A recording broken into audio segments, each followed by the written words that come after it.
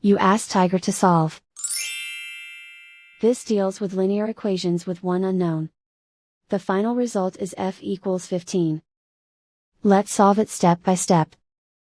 Group all constants on the right side of the equation. Add 7 to both sides. Simplify the arithmetic.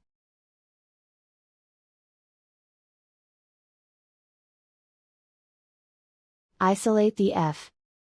Divide both sides by 3. Simplify the fraction. Find the greatest common factor of the numerator and denominator. Factor out and cancel the greatest common factor.